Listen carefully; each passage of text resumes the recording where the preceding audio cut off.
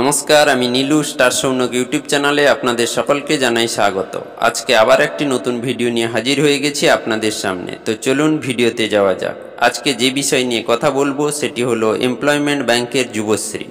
অর্থাৎ অনেক দিন ধরে যুবশ্রীর টাকা বাকি ছিল, অর্থাৎ 5 মাসের টাকা বাকি ছিল। অবশেষে খুশির খবর এসছে, অর্থাৎ এমপ্লয়মেন্ট ব্যাংক থেকে টাকা রিলিজ করা হয়েছে।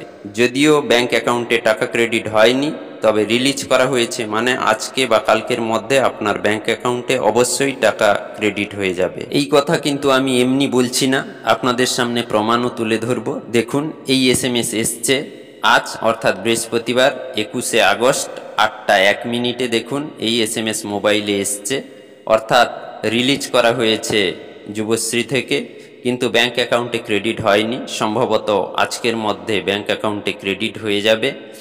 তবে সেই সঙ্গে আপনাদেরকে বলবো, আপনারা দেখুন, আমি প্রমাণ ছাড়া কখনো ভিডিও বানাই না। এই যে দেখুন, এই ভিডিওতে আমার চ্যানেলে যুবশ্রী খুশির খবর নিয়ে একটি আগের ভিডিও ছিল। এই ভিডিওতে একজন দেখুন কমেন্ট করেছেন, অর্পণ পাল বলে, 20শে আগস্ট এইমাত্র টাকা ঢুকলো 1 মাসের কুচবিহার। আবার একটি ভিডিওতে কমেন্ট দেখুন, এস নস্কর বলে একজন করেছেন, আমার এখনই যুবশ্রীর 1500 টাকা অ্যাকাউন্টে ক্রেডিট হলো 20/8/2025। দেখুন, দুটি কমেন্ট থাকা সত্ত্বেও আমি কিন্তু তথ্য শেয়ার করিনি যতক্ষণ না নিজে প্রমাণস্বরূপ কোনো SMS পাবো।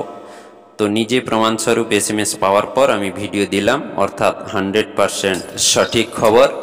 আপনারাও আপনাদের মোবাইল দেখুন, মোবাইলে SMS এসে থাকবে। আর যদি মোবাইলে SMS না এসে থাকে তাহলে কিন্তু ব্যাংক অ্যাকাউন্টে টাকা ক্রেডিট হবে, অর্থাৎ 2-1 দিনের মধ্যে আপনাদের ব্যাংক অ্যাকাউন্টে টাকা ক্রেডিট হয়ে যাবে। তো অবশেষে খুশির খবর এসে গেছে, চিন্তার কোনো কারণ নেই। যুবশ্রী প্রাপকরা যুবশ্রী ভাতা পাবেন। তো আপনারা এবার আনেক্সার 3 সাবমিট করার জন্য আপনাদের ডকুমেন্টগুলো সাজিয়ে রাখুন, কারণ 2-3 মাসের টাকা দেওয়ার পর অবশ্যই আনেক্সার 3 সাবমিট করার জন্য বিজ্ঞপ্তি প্রকাশ পাবে। নমস্কার।